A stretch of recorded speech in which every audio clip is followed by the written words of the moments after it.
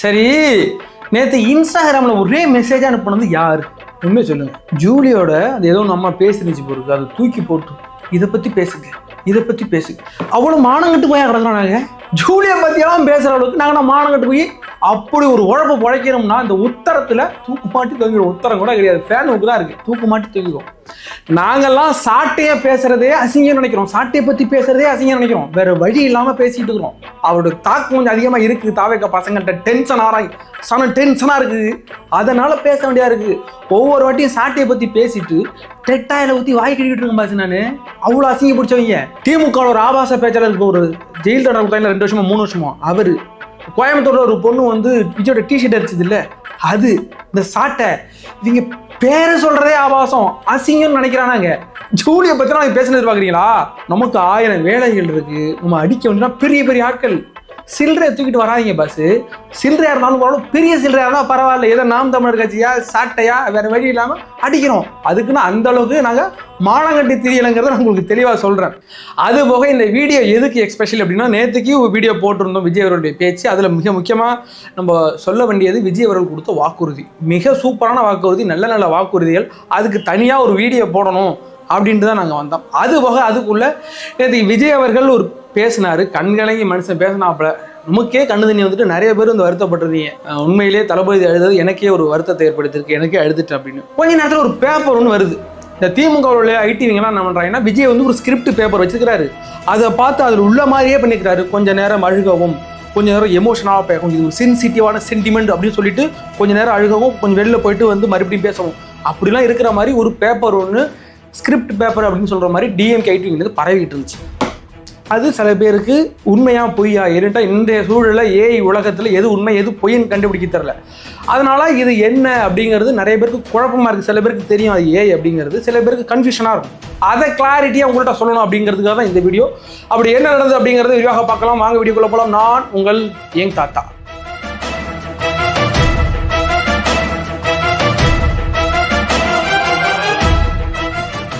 அதுபோக எங்களுடைய வீடியோவை நீங்கள் பச்சக்கு என்று அமுக்கம் என்று நேற்று தெரியாமல் சொல்லிவிட்டேன். பச்சக்கு என்று அமுக்கினால் அன்சப்ஸ்கிரைப் ஆகிடும், சப்ஸ்கிரைபர் ப்ளஸ் அன்சப்ஸ்கிரைப் ஆகிடும். அதனால் நிறைய பேர் சொல்லியிருந்தீங்க. ஒரே வாட்டி பச்சக்கு என்று அமுக்கி எங்கள் சேனலை சப்ஸ்கிரைப் பண்ணி வைங்க.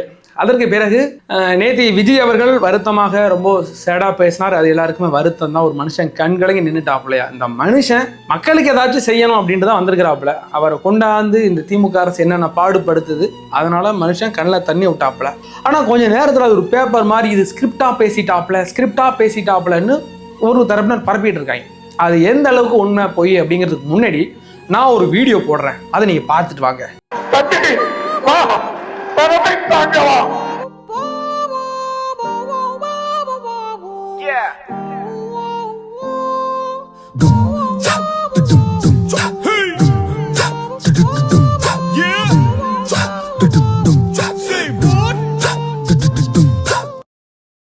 இப்ப வீடியோ பாத்தீங்களா? இது பல வருடங்களுக்கு முன்னாடியோ, மேபி ஒரு 8 வருஷம் 10 வருஷத்துக்கு முன்னாடியே வந்த ஒரு வீடியோ. அதுக்கு அவங்க ஒரு ஸ்கிரிப்ட் பேப்பர் வச்சிருக்காங்கப்பா. எனக்கு தெரியாம போச்சுப்பா, அதை உங்களுக்கு தர்றேன். அந்த ஸ்கிரிப்ட் பேப்பர் நாங்கள் சைடில் போட்டுருவோம். துரைமுருகன் மார்பில் கை வைத்து தழுதழுத்த குரலில் பேச வேண்டும் அப்படி அந்த சிவாஜி கணேசா பேசாப்புல அதே மாதிரி நம்ம துரைமுருகன் அவர் பேசினார். தம்பி தலைமை ஏற்கவா தம்பி பல்ல கடிப்பாப்புல. அவருக்கு பல்லு வேற விழுந்துருச்சுல, பப்புன்னா பேசாப்புல. அண்ணா எப்படி எங்களை வழிநடத்தினாரோ அதே போல அந்த அண்ணாவை போல நான் உன்னை பார்க்கிறேன் தம்பி கடிப்பாப்புல, பல்ல கடிப்பாப்புல. நீ வெறும் தம்பி மட்டும் அல்ல, இந்த இயக்கத்தை காக்க வந்த தலைவன் அப்படின்ட்டு பேசுவாப்புல. கேமராமேன் ஸ்டாலின் பக்கம் கேமராவை திருப்ப வேண்டுமா? துரைமுருகனின் வார்த்தைகளை கேட்டு நிகழ்ச்சியில் தலை குனிந்து நமக்கு யாரு, நம்ம ஸ்டாலின் ஐயா அப்படி பண்ணுவோம். அப்படி இல்லை, அதெல்லாம் ஸ்கிரிப்டில் இருக்கு பாஸ். நான் ஏதோ பொய் சொல்றேன்னு நினைப்பீங்க. நான் கிட்டக்க வேணா கொண்டாந்து காமிக்கிறேன், சைடில் நான் உங்களுக்கு போட்டு விட்டுறேன். இந்த பேப்பர் எப்படி ரெடி ஆனிச்சு பாஸ்? இந்த பேப்பர் பல வருடங்களுக்கு முன்னாடியே அவர்கள் ஸ்கிரிப்ட் பேப்பராக வச்சுருந்தாங்களா? இது எப்படி ஏயோ அது ஏஐ. இது எப்படி இந்த திமுக ஐடிவிங் கிரியேட் பண்ணாங்களோ அதே மாதிரி நாங்களும் கிரியேட் பண்ணோம். எங்களுக்கு ஒரு 4 நிமிஷம் கூட எடுக்கலை இதை கிரியேட் பண்ணுறதுக்கு.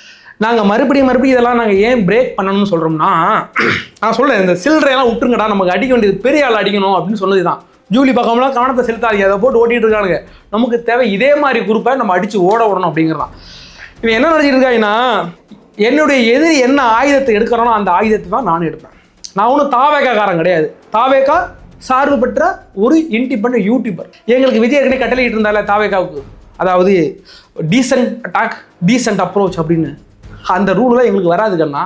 நாங்கள்லாம் அவுட் ஆஃப் த ரூல்ஸ். நாங்கள் தாவேக்காவுக்கு சார்பு பெற்ற ஆட்கள். எங்களுக்கு அதெல்லாம் கிடையாது.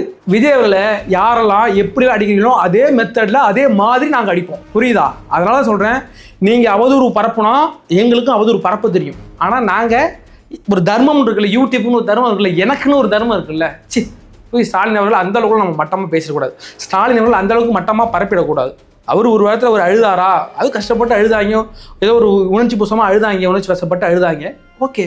அதை நாங்கள் எப்படி மதிக்கிறோமோ அதே மாதிரி நீங்கள் இதே மதிச்சுக்கணும். எங்களுக்கு மதிக்க தெரியல எங்களுடைய எதிர்கட்சிக்காரனை, அது மாதிரியா உங்களுக்கு மதிக்க தெரியல, அதுதான் வருத்தம். இப்போ நிறைய பேர் வந்து கமெண்ட் இந்த செக்ஷனில் பயங்கரமாக திட்டுறாங்கன்னு வச்சுங்களேன். என்ன அவங்கெல்லாம் விஜயெல்லாம் ஒரு தலைவனா? விஜய் எப்படி வந்து ஒரு நாட்டை ஆள முடியும்? விஜய் வந்து நான் வந்து உங்களை வந்து வெற்றி பெற்றதுக்கு பிறகு உங்கள் ஊருக்கு வந்து நான் உங்களை சந்திக்கிறேங்கிறாரு. அப்போ அவெல்லாம் வரமாட்டாப்லையா? விஜயெல்லாம் வந்து பார்க்க மாட்டாப்லையா? பிரச்சாரத்தில் வரமாட்டாப்லையா? அவரெல்லாம் ஒரு தலைவனா? தலைவனா மக்களை இருக்கணும் பாஸ். நமக்கு அறிவுரை சொல்கிறாங்க யாரு? இவனுங்க. சரி, சீமான வேணா தேர்ந்தெடுப்புமா தலைவனா? தான் சொந்த செலவுக்கு, தான் குடும்ப சொந்த செலவுக்கு, தான் புள்ளை படிக்க வைக்கிறதுக்கு விஜயலட்சுமிக்கு மாதம் ஐயா 50,000 கொடுத்தாப்லையே. இந்த தம்பிகள்கிட்ட எல்லாம் திரள்நிதி வாங்கி கொண்டு கொடுத்தாப்லையே விஜயலட்சுமிகிட்ட. அப்படிப்பட்ட ஒரு நல்ல தலைவனை தேர்ந்தெடுப்புமா? விஜயலட்சுமி கொடுத்த இன்னும் பாலியல் துன்புறுத்தல் வழக்கு 420 வழக்கு இன்னும் இப்போதான் முடிஞ்சிருக்கு. ஆனால் இன்னைக்கு வரைக்கும் குற்றவாளின்னு அப்படி பேசிட்டு இருக்காங்களே. அப்படிப்பட்ட ஒரு நல்ல தலைவனை தேர்ந்தெடுப்புமா? சரி, ஸ்டாலின் வேணா தேர்ந்தெடுப்புமா? அவர் அந்த மனுஷன் நல்ல மனுஷன்ப்பா, ஒன்றுமே தெரிய மாட்டாங்க, அப்புறம் ஆணி பிள்ளையா இருக்கிறாரு, அவர் தேர்ந்தெடுப்புமா? தான் தொகுதியில் தன்னுடைய ஆட்சி காலத்தில் கேஎன்ஆர் 1020 கோடி ரூபா ஊழல் பண்ணிட்டு அப்படின்றாரு. அதை இந்த மனுஷனுக்கு தெரியாது. இன்னும் பொறுப்பு டிஜிபியே ஓட்டிட்டு இருக்காங்க. அதை பற்றி அவருக்கு எதுவும் தெரியாது. இந்த வேங்கவயல் ஊர் பக்கம் அவர் போய் பார்த்தாப்பலையா, தான் ஆட்சியில் நடந்த ஒரு அவலம். மணிப்பூருக்கு போகலை, மோடி மணிப்பூருக்கு போகலன்னு அழுகுறானுங்க. போயா வேங்கவயலுக்கு போயா, அங்கே போய் பார்த்துட்டு வாயா. தான் ஆட்சியில் சட்ட ஒழுங்கு சரி இருக்காது, பெண்களுக்கான பாதுகாப்பு இருக்காது, அப்படி மட்டமான ஆட்சி நடத்திட்டு இருக்க ஸ்டாலினே கொண்டாந்து என்ன வச்சிருவோம்? அப்படிப்பட்ட ஒரு நல்ல தலைவனை வச்சிருவோமா? இல்லை எடப்பாடி ஐயா காலில் கும்பிட்டு கிடக்கிறாப்புல, இல்லை மோடிஜி அமித்ஷாச்சின்னு கொண்டு வச்சிருவோம். 13 பேரை சுட்டு கொண்டாங்க இல்லை தூத்துக்குடியில், அவங்களுக்கு கொண்டா வச்சிருவோமா? தலைவன் யார் என்று எங்களுக்கு தெரியும். எங்களுக்குன்னு அறிவு இல்லைன்னு நினச்சிட்டு வந்துருக்கீங்களா நீங்களாம்? நம்ம சொன்னாப்புல வருது யாரு? மூத்த பத்திரிகையாளர் மணி ஒன்று சூப்பராக சொல்லியிருந்தாப்புல. அந்த பசங்க படித்த பசங்க எல்லாம் கிராஜுவேட் பசங்க, அவங்களுக்கு நாலேஜ் இருக்குது, அவங்களுக்கு தெரியுது. நான் விஜயை கொண்டு வருவேன், சரியில்லைன்னா அடுத்த வாட்டி நான் மாற்றி விட்டுருவையா, இவங்க இத்தனை வருஷம் என்னத்தை கிழிச்சாங்க அப்படின்னு சூப்பராக சொல்லியிருந்தாப்புல. மணி ஒரு இன்டலெக்சுவல், அவர் வந்து ஒரு பத்திரிகையாளர்லேயே ஒரு நேர்மையான பத்திரிகையாளர். அவர் சொல்லியிருக்கிறாரு, I love you so much மணி. அவ்வளோதான். அதே மாதிரி எங்களுக்கு அறிவு இருக்கு, நாங்கெல்லாம் படித்த பசங்க தான், எங்களுக்கு தெரியும். நாங்கள் ஏன் அவங்கள விட்டுட்டு ஒரு நடிகன் பின்னாடி நாங்கள் ஏன் போகிறோங்கிறத உங்களுக்கு யோசிக்க தெரியலையே. தற்குறி ஆமாம் தற்குறிடா, நான் தற்குறிடா, விஜய் தற்குறி, இந்த கேமராமேன் அவன் தற்குறி, வெளில ஒரு உட்காந்துக்கிறான் அவன் தற்குறி, எல்லாம் தற்குறி. நாங்கள் ஒரு தற்குறியை தான் கொண்டா வைக்க போகிறோம், அவங்கள தான் ஆட்சி பெற்றத்தில் வைக்க போகிறோம். நீங்கள் வேணா இந்த ஷர்மிளா சொன்ன மாதிரி யூபி, இந்த உத்தரப்பிரதேஷ் அந்த பக்கம் நீங்கள் போயிடுங்க, நீங்கள் இங்கே இருக்காதீங்க, நாங்கள் இங்கே ஆண்டுக்கிறோம், தமிழ்நாடு தற்குறியாக வச்சுக்கிறோம். உங்களை மாதிரி கொத்தடிமையாக கிடக்கிறதுக்கு தாவேக்கால தற்கொலையாக கடந்துட்டு போகிறோன்றேன். சரி, இவங்களுக்கெல்லாம் நம்ம பதில் சொல்லி ஓய முடியாதுப்பா. பெரிய வந்து நசங்கிறாங்க, அவங்கள்ட்ட பேசிக்கிட்டே இருக்க வேண்டியதான். நம்ம சிறப்பாக பார்க்க வேண்டியது விஜய் அவர்கள் நேற்று கொடுத்த அந்த வாக்குறுதிகள். எனக்கு ரொம்ப பிடிச்ச வாக்குறுதி அப்படின்னு அதில் ஒரு இருக்குது, நான் கண்டிப்பாக மென்ஷன் பண்ணுறேன். அது ஒன்று நம்ம பார்ப்போம். விஜய் அவர்கள் கொடுத்த முதல் வாக்குறுதி என்னன்னா, பெண்கள் குழந்தைகள் பாதுகாப்பில் தாவேக்கா நம்பர் 1 இருக்கும். அது எல்லாருமே சொல்கிறதான். பட் விஜய் சொல்லும் போது ஏதாவது நம்பிக்கை வருது. அந்த மனுஷன் எதை சொன்னாலும் நம்பிக்கை வருதுயா. இது வரைக்கும் அவர் நமக்கு வந்து எதுவும் பண்ணலை பெருசாக. தமிழ்நாட்டுக்கு ஏற்கனவே முதலமைச்சராக இருந்து இது பண்ணியிருக்காரா, இருந்தாலும் அவர் மேலே ஒரு நம்பிக்கை. அவர் என்ன சொன்னாலும் ஓகே வந்து செய்வாருங்கிற நம்பிக்கைன்னா அந்த மனுஷன் செய்வா போலன்னு ஒரே ஒரு நம்பிக்கை எல்லாருக்கும் இருக்குது. அதே நம்பிக்கையில் தான் நம்ம இதையும் ஏற்றுக்கிறோம். அரசு பள்ளி கல்லூரிகள் தரத்தில் முதலிடத்தில் இருக்கும். அதாவது மாணவர்களோட கல்வியில் நான் சமரசம் பண்ணாமல் பண்ணுவேன், கண்டிப்பாக பண்ணுவேன் அப்படின்னு இருக்கிறாப்புல. இருந்தாலும் நான் வந்து பிரமிச்சு பார்த்ததுன்னா, கல்வி நிலையங்களில் கதவுகள் பொருத்தப்பட்ட தரமான கழிவறைகள் அமைக்கப்படும். ஒரு மனுஷன் சிந்திச்சுக்கிறான் பாரு. கல்வி நிலையங்கள் இருக்குது, ஸ்கூல் இருக்குது, அங்கே டாய்லெட் இருக்குது, அங்கே கதவும் இருக்குது. ஆனால் அதெல்லாம் தரமாக இல்லை. அது பெண்கள் கல்லூரியில் பெண்கள் படிக்கிற ஸ்கூலில் உள்ளவங்களுக்கு மட்டும்தான் அதை அவங்களால கனெக்ட் பண்ணிக்க முடியும். அவ்வளவு மோசமான நிலையில் இருக்குது. கதவு எப்போனாலும் திறக்கலாம், உள்ள தாப்பாக இருக்காது, அவ்வளோ மோசமாக இருக்குது. அதில் பெண்களுடைய கழிவறையில் உள்ள அந்த ரெஸ்ட் ரூமில் கதவு நல்லா போடுவோன்னு ஒருத்தன் வாக்குறுதி கொடுக்குறான்னா அவனோட சிந்தனை யோசிச்சு பாருங்க. அந்த மனுஷன் எப்படி சிந்திச்சு இதை வாக்குறுதியில் கொண்டு வந்திருப்பான் அப்படிங்கிறது வியக்கத்தக்கதாக இருக்குது. உயர்நிலை கல்வியில் அரசியல் சாசனம் தொடர்பான விளக்கங்கள் இருக்கும். அதாவது அரசியலை பற்றின புரிதலை நாங்கள் கல்வியிலே கொடுத்துருவோம். பெரிய பிரச்சனையே தானே. இவங்களுக்கு வெளிலேருந்து வந்தது பிறகு காலேஜ் முடிச்சுட்டு பசங்க வர்றாங்க, அவங்களுக்கு பொலிட்டிக்கல் நாலேஜ்னா ஒன்றுமே கிடையாது. இப்போ உள்ளவெல்லாம் பொலிட்டிக்கல் நாலேஜ் இல்லை, தாவேக்காவுக்கு பொலிட்டிக்கல் நாலேஜ் இல்லைன்றாங்கல்ல. எல்லாம் இப்போ தான் காலேஜ் முடிச்சு வந்துருக்காங்க பசங்க, அவங்களுக்கு எப்படி பொலிட்டிக்கல் நாலேஜ் இருக்கும்? அவங்களுக்கு பொலிட்டிக்கல் நாலேஜ் நீங்கள் ஸ்கூல்லையோ கல்லூரியிலையோ நீங்கள் சொல்லி கொடுத்தீங்கன்னா அவன் பொலிட்டிக்கல் நாலேஜ் வெளில வந்துருப்பான். இப்போ வந்துட்டு காலேஜ் முடிச்ச பையன் அவனுக்கு தற்கொலை, நீ தாவேக்கால இருந்தால் தற்கொலை இல்லை, அவனுக்கு பொலிட்டிக்கல் நாலேஜ் நீ கொடுத்துருக்கணும். அவனுக்கு ஏன் நீ சோஷியல் மீடியா யாரும் யூஸ் பண்ணலையா? படிச்சுட்டு வந்தவனுக்கு அறிவு இருக்காதா? நம்மளாம் படிச்சுட்டு நம்ம காலேஜ் படிச்சிருந்தோம், நமக்கு ஒரு அறிவு இருந்துச்சு இல்லை, அந்த அறிவை வச்சு தான் நீங்கள் தாவேக்கால சேர்ந்துருக்கிறான். அவன் பொலிட்டிக்ஸ் ஆகிடுவான். அதை நாங்கள் தாவேக்கா பார்த்து வாங்க, நீங்கள் சாத்தின போய் ஓரமாக உட்காந்துருங்க. போட்டி தேர்வுகளுக்கு லட்சக்கணக்கில் பணம் செலவழித்து தேவை இருக்காது. அதாவது இன்றைக்கி ஒரு டிஎன்பிஎஸ்சி எக்ஸாமாக இருந்தாலும் சரி, குரூப் 1 குரூப் 2 எந்த எக்ஸாம், NIT எந்த எக்ஸாம் எழுதினாலும் தனியாக ஒரு சென்டரில் போயிட்டு, நான் ஏற்கனவே சொல்லியிருந்தேன் போன வீடியோவில், நான்லாம் திருச்சியில் போய் 30 நேரம் கட்டி படித்தேன் அப்படின்னு சொல்லியிருந்தேன்ல, அதை மாதிரி எதுவுமே இருக்காது. நாங்கள் எங்களுடைய அந்த கல்வி திட்டத்திலேயே போட்டித் தேர்வுக்கான அனைத்தையுமே நாங்கள் பாடத்திட்டத்தில் பூத்திடுவோம், அது உங்களுக்கு எளிமையாக இருக்கும் அப்படின்னு சொல்லியிருக்கிறாரு. அடுத்ததாக மாவட்ட எஸ்பிகள் மற்றும் கலெக்டர்கள் பெண்களுக்கு சமபாதியாக கொடுப்போம் அப்படின்னு இருக்கிறாரு. அது ஒரு நல்ல திட்டம். பெண்களுக்கு சமபாதி 1000 பேர் போஸ்டிங் போட்டால் 500 பேர் பெண்களுக்கு, 500 பேர் ஆண்களுக்கு அப்படிங்கிறது சமபாதியாக கொடுப்போம் அப்படின்னு சொல்லியிருக்கிறாரு. அடுத்ததாக பேருந்து வசதிகளே இல்லாத கிராமங்களுக்கு பேருந்து விடுவோம் அப்படின்னு. 2024 இருக்கிறோம், பஸ் எங்கே பார்த்தா போயிட்டு இருக்குது, நம்ம ஊர்லாம் பஸ் இருக்குது, இதில் என்ன ஒரு வாக்குறுதி புதுசாக இருக்குன்றாங்க. அதுக்கு ஒரு விஜய் அவர்களே மென்ஷன் பண்ணியிருந்தார். ஒரு சின்ன பொண்ணு, ஸ்கூல் படிக்கிற பொண்ணு, எங்கள் ஊருக்கு வந்து பஸ்ஸே கிடையாது, நாங்கள் மலை கிராமங்களில் இருக்கிறோம், அவ்வளோ தூரம் நடந்து போகிறோம், எல்லாம் பொம்பளை பிள்ளைங்களாக இருக்குது, ரோட்டில் 4 பேர் நின்று, சட்டம் ஒழுங்கு சரி இருக்காது, பயிரெல்லாம் அவ்வளோ மோசமாக ராகிங் பண்ணுவாங்க, எங்களுக்கு பயமாக இருக்குது போகிறது, எங்களுக்கு ஒரு மினி பஸ்ஸாவது விடுங்கன்னு ஒரு பொண்ணு அழுதுச்சு. அங்கிட்டு மாந்தோப்பு தென்னந்தோப்பு இருக்கிறனால எல்லாம் சரக்கு வாங்கிட்டு வந்து அங்கிட்ட வச்சு அடிக்கிறாங்க, வம்புழுக்கிறாங்க. அதுல நடந்து வரும்போது நாங்க மட்டும்தான் நடந்து போறோம், பின்னாடி யாரும் துணைக்கும் வரதும் இல்லைங்க பின்னாடி வந்து. அதனால எங்களுக்கு பஸ் வேணும், ரோடு எங்களுக்கு சீக்கிரமா போட்டு. அடுத்து பஸ் வசதி. நிறைய கிராமங்கள்ல பஸ் வசதி இல்லைன்னு சொன்னா இந்த ஒட்டுமொத்த திமுக அரசும் கத்திக்கிட்டு வந்துருவாங்க. நாங்க பஸ் விடாத கிராமங்களே இல்ல அப்படின்னு சொல்லுவாங்க. அப்படியாவது உண்மை அப்படின்னா முதல்வர் அவர்கள் கிட்ட நம்ம தங்கச்சி ஒருத்தவங்க ஒரு கேள்வி கேட்டாங்களே, எங்க ஊருக்கு ஒரு மினி பஸ்ஸாவது விடுங்க சார் அப்படின்னு கேட்டாங்களே, அது எந்த கணக்குல எடுத்துக்கிறது? அதை விஜய் அவர்கள் மென்ஷன் பண்ணிருக்காரு. இன்னும் பல கிராமங்கள்ல பஸ் இல்லை, லோக்கல் பஸ்ஸை வச்சு இந்த கிராமத்துக்குடியை வச்சு ஓட்டிட்டு இருக்காங்க. அதுவும் 10 நாளைக்கு போகும், 10 நாளைக்கு போகுது, அவ்வளோ மோசமாக தான் இருக்குது.